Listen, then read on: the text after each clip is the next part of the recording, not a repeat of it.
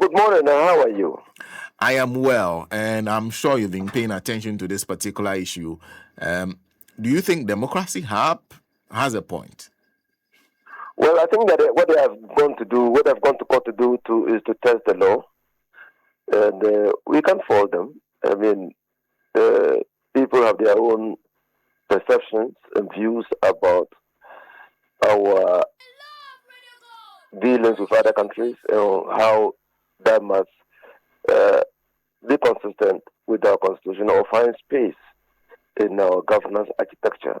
And so, if they believe that an arrangement violates the constitution, they have every right to test their views in court. And so I do not have any problem with that.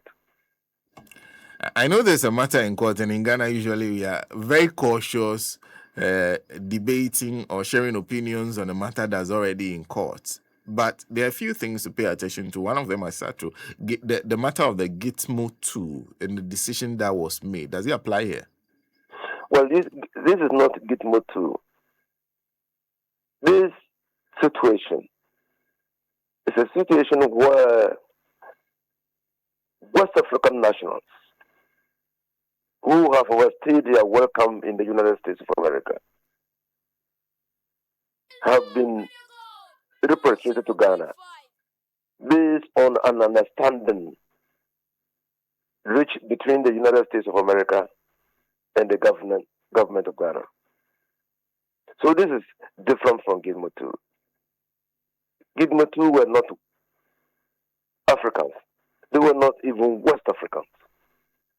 And so it's different. Now, the second thing is that I hear many people say that, yes, there could be an MOU, and that the MOU ought to have been brought before Parliament. Then I ask myself, under what law? Because when you look at the Vienna Convention on Treaties, it has a set of determined ingredients, if you want, or attributes to compel the laying of the treaty before Parliament under Article 75 of the Constitution. MOU has never been within the contemplation of the Constitution to be laid before Parliament. And this particular arrangement was an arrangement that was defined by an MOU. And so it beats my mind how one could compel the laying of an MOU in Parliament for ratification. The MOU, even though it's an agreement, but it's an unenforceable agreement, you can walk away with it without consequences. And so how that will attract a ratification in Parliament, I don't know. But as a former minister of state, I'm fortified in my belief that MOU, by their design, are not instruments contemplated by Parliament to be laid before the House. Because as Minister of State, you enter into MOUs with many parties, including foreign entities, to do or not to do certain things. And those MOUs are not laid before Parliament, even though international agreements in the nature of contracts have to be ratified by Parliament. And so you will see clearly that MOUs are an exception to the rule of laying treaties before Parliament. Thirdly, I fail to see what the fuss is all about. Ghana is a member of ECOWAS. If the people who had overstayed their welcome had decided to transit to their home countries through Ghana, they would have landed here and be entitled to stay in this country for 3 months by the ECOWAS protocol. to which we are a party, a signatory. Now, again, Ghana has an obligation under the protocol to provide safe passage for West African nationals who are transiting through this country. We have an obligation to do that. So if the United States of America sees that they could rely on the protocol and enter into a memorandum of understanding with the government of Ghana for the West African nationals to transit through Ghana, I fail to see the wrong that the Ghana government could have committed in allowing West African nationals to transit through Ghana. Because the ECOWAS protocol allows that. Thirdly, it is solidly within our Pan-African identity that we do not put our West African nationals, other West African nationals, who are hard done by a policy in America in harm's way. So it would have been remiss on the part of government to allow these West African nationals to be deported to countries outside Africa, and particularly West Africa, when we could receive them and allow them safe passage to their home countries.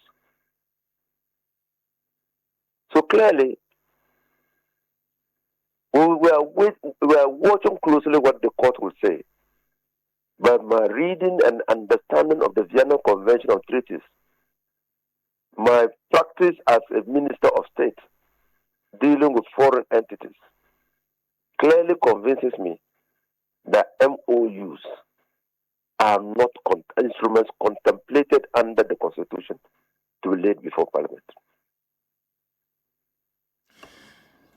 So it is your argument that when the Constitution 75(2) says a treaty, agreement, or convention executed by or under the authority of the President, you mean that MOUs cannot fall within the description of treaty, agreement, or convention? It's my view that MOUs cannot fall within that. Okay. Then the matter of you're saying we owe it to them because of obligations to ECOWAS as West African nationals to do this. Yes, to provide safe passage if they are to pass through Ghana to their home countries. We are obligated to do that. You cannot prevent safe. For instance, if a Burkinabe is passing through Ghana or traversing Ghana for Côte d'Ivoire, we cannot stop that West African national unless there are compelling reasons to do that. In the absence of compelling reasons to prevent such a West African citizen from passing through our countries, we are under obligation under West African, the ECOWAS Treaty, to provide safe passage. But in this case, we entered into an agreement with the United States. Now, of course, trans-immigration policy has been an understanding. Okay.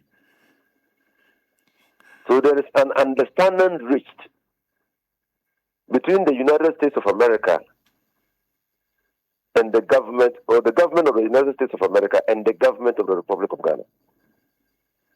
But I'm also drawing attention to... We don't even know whether the understanding has been reduced into writing for it to be laid before Parliament. Or you know that? No, I have no idea. Good. So what is to be laid before Parliament? And I say, experience is the best teacher. When we had this problem with Ivory Coast, the 3 points area, you recall? Yes.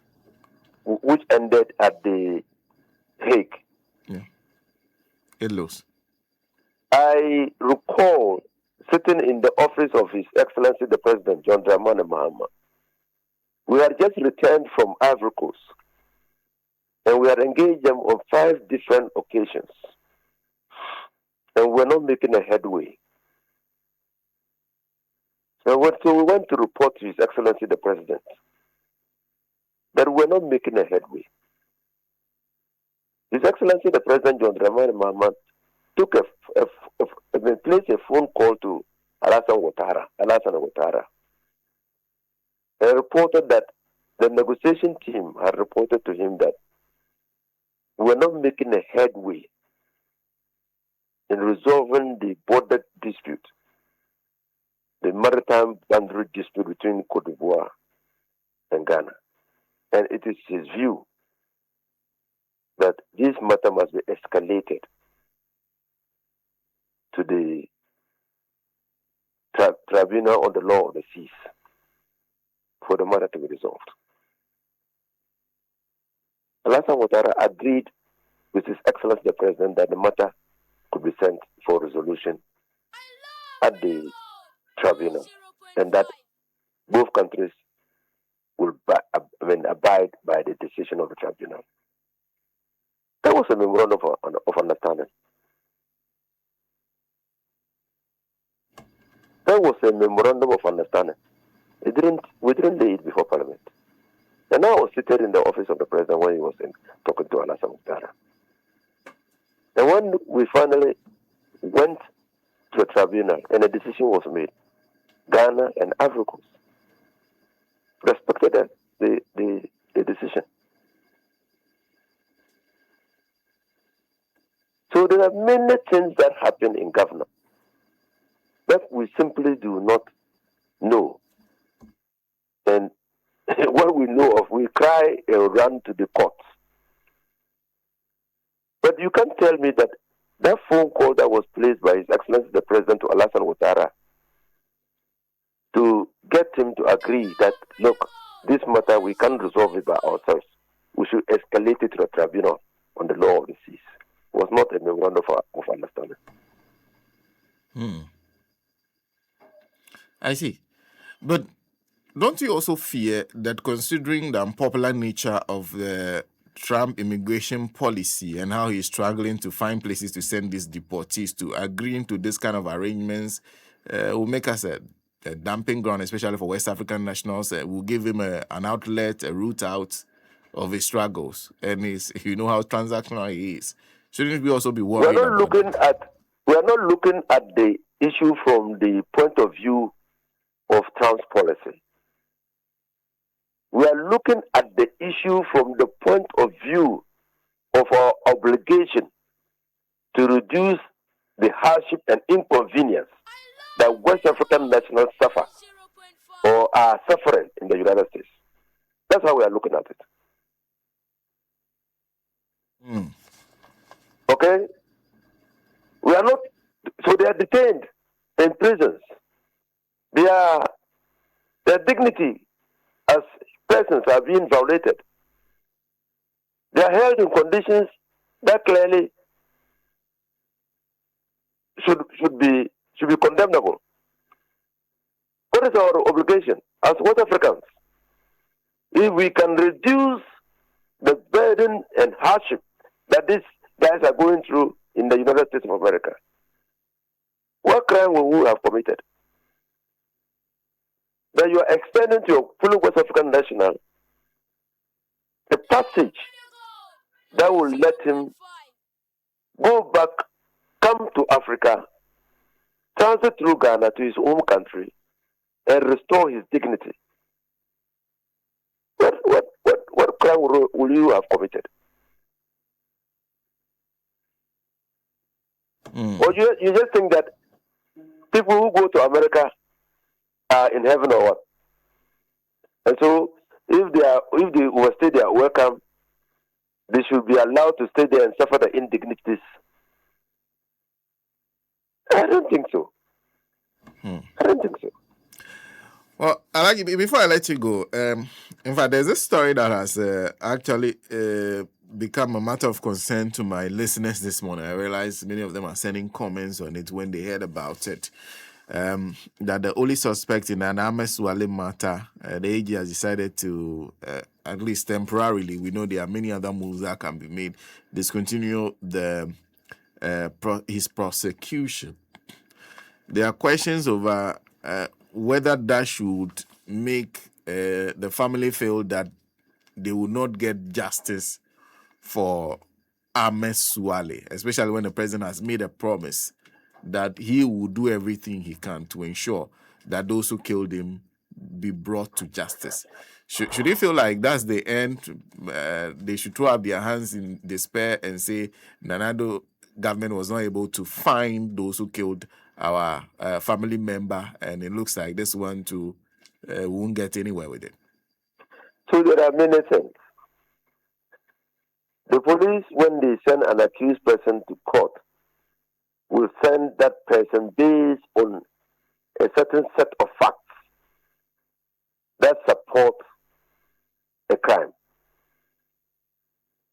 Now, the fact that they've arrested and placed the accused person before court does not mean that investigation is completed. While the accused person is in court in satisfaction of the 48-hour rule, investigations still continue.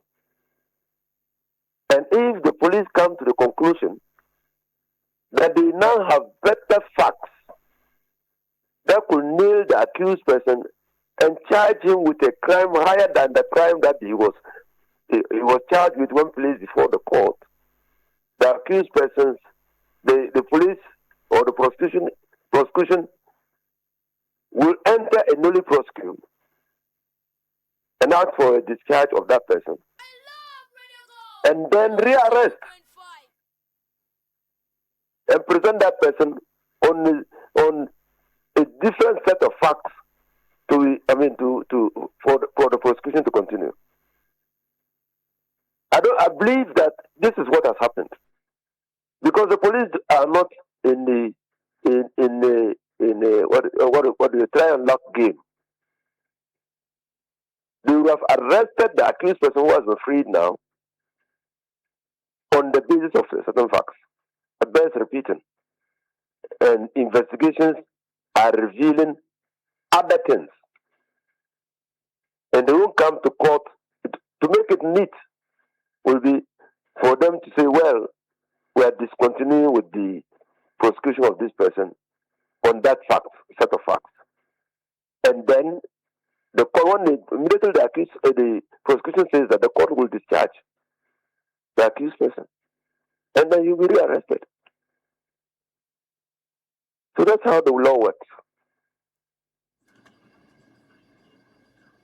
So you suggest that this could be part of such a strategy? I believe that it's part, because the police would not have put that person through this inconvenience on a happy-go-lucky prosecution. No. They would have done so on a certain determined facts. And probably now they have better facts to charge the accused person on a crime that they believe they can prove. I see. Well, we'll see what will happen subsequently. But thank you. Thank you for speaking to us. You're welcome. That's ALHAJI Inusah Fuseini, former member of Parliament for Tamale Central, former Minister of Lands and Natural Resources, Roads and Highways, was also Deputy Minister at the Energy Ministry. Well,